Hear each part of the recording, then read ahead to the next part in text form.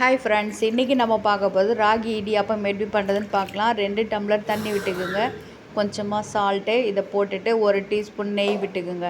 தண்ணி நல்லா கொதிக்க வந்த பிறகு 2 டம்ளர் எந்த டம்ளர் தண்ணி அளந்தீங்களோ அதே டம்ளரில் 2 டம்ளர் கேழ்வரகு மாவு, ராகி மாவு அதை போட்டுட்டு பண்ண அடுப்பை ஆஃப் பண்ணிவிடுங்க. அடுப்பை எரி வேணாம். தண்ணி கொதிச்சதும் இந்த மாவு கொட்டிட்டு தண்ணி ஆஃப் பண்ணிடலாம். அதுக்கப்புறம் கலந்து விட்டிங்கன்னா உங்களுக்கு பத்தாத மாதிரி இருக்கும். ஆனால் பார்த்திங்கன்னா கலந்து விடும்போது அந்த தண்ணி கரெக்டாக சரியாக வரும்.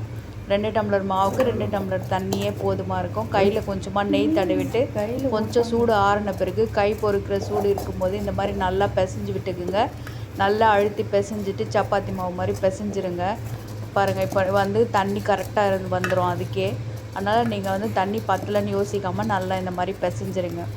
பிசைஞ்சிட்டு ஒரு 2 நிமிஷம் மூடி வச்சுருங்க. இப்போ நம்ம அச்சு குழலில் போட்டு பிழிகிறதுக்கு மாவு இது பண்ணிக்கலாம். சேமியா அச்சில் போட்டுருங்க. போட்டுட்டு அந்த தட்டில் நம்ம பிழிஞ்சிக்கலாம். தட்டில் நெய் இல்லைன்னா எண்ணெய் தடவிக்கிங்க. இந்த 2 டம்ளர் மாவுக்கு 4 தட்டு வந்தது இந்த மாதிரி இடியாப்பம். உங்களுக்கு தேவைன்னா எக்ஸ்ட்ரா போட்டு பிசைஞ்சிக்கோங்க. இது 2 பேர் சாப்பிட்லாம். 2 சாப்பிட்றதுக்கே ஃபுல்லாக இருந்தது. நல்லா பெருசாக இருக்கிறதுனால 4 தான் வந்தது. இதில் பாருங்கள், சூப்பராக இந்த மாதிரி நல்லா புழிஞ்சு விட்டுருங்க. புழிஞ்சு விட்டுட்டு ஆல்ரெடி நம்ம சுடு தண்ணியில் போட்ட மாவு தான் மறுபடியும் நம்ம ஒரு முறை இட்லி குண்டால் வச்சு இது நம்ம வேக வச்சுக்கலாம். இந்த ஸ்டாண்டில் வச்சு அது ஒரு 7 நிமிஷம் வெந்தால் போதும். உங்களுக்கு 7 நிமிஷம் வெந்தாலே நல்லா பஞ்சு போல் இடியாப்பம் உங்களுக்கு ரெடி ஆகிடும். பாருங்கள், 4த்தையும் நல்லா சுற்றி விட்டாச்சு. புழியவும் நல்லா ஈஸியாக இருக்கும். அந்த அச்சுலேயும் கொஞ்சம் எண்ணெய் தடவிட்டு இதில் தட்டில் கொஞ்சமாக எண்ணெய் இல்லை நெய் தடவிட்டு புழிஞ்சு விட்டுருங்க. அப்போ தான் எடுக்கும்போது உங்களுக்கு ஈஸியாக இருக்கும். அப்படி இல்லைனா நீங்கள் வாழை இலை போட்டு கூட அது மேலே இதை போட்டுக்கலாம். வாழை இலை போட்டு வேக வச்சிங்கன்னா இன்னும் நல்லா வாசமாக நல்லாயிருக்கும். நான் வாழை இலை இல்லாதனால எண்ணெய் தடவி நான் வேக வச்சு எடுத்துக்கிட்டேன். பாருங்கள், எல்லாத்தையும் புழிஞ்சு எடுத்தாச்சு. எனக்கு 4 வந்தது. இதை நம்ம தண்ணி நல்லா கொதித்த பிறகு வச்சு 7 நிமிஷத்தில் இறக்கிட்டோம்னா வெந்துடும். 7 நிமிஷமே போதும். கொஞ்சமாக மாவு முன்னாடியே வெந்தது இல்லையா, அதனால் 7 நிமிஷமே போதும்.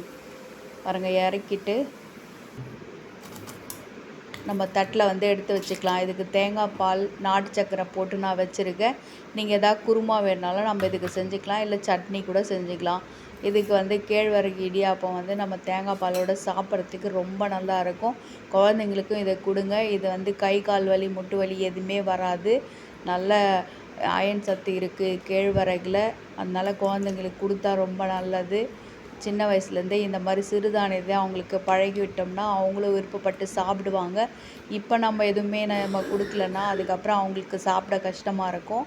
அதனால் நீங்கள் நம்ம நார்மலாக சாப்பிட்ற சாப்பாட்டோட இதையும் ஒரு நாளைக்கு செஞ்சு கொடுத்தீங்கன்னா அவங்க சூப்பராக சாப்பிட்டுப்பாங்க. தேங்க்ஸ் ஃபார் வாட்சிங்.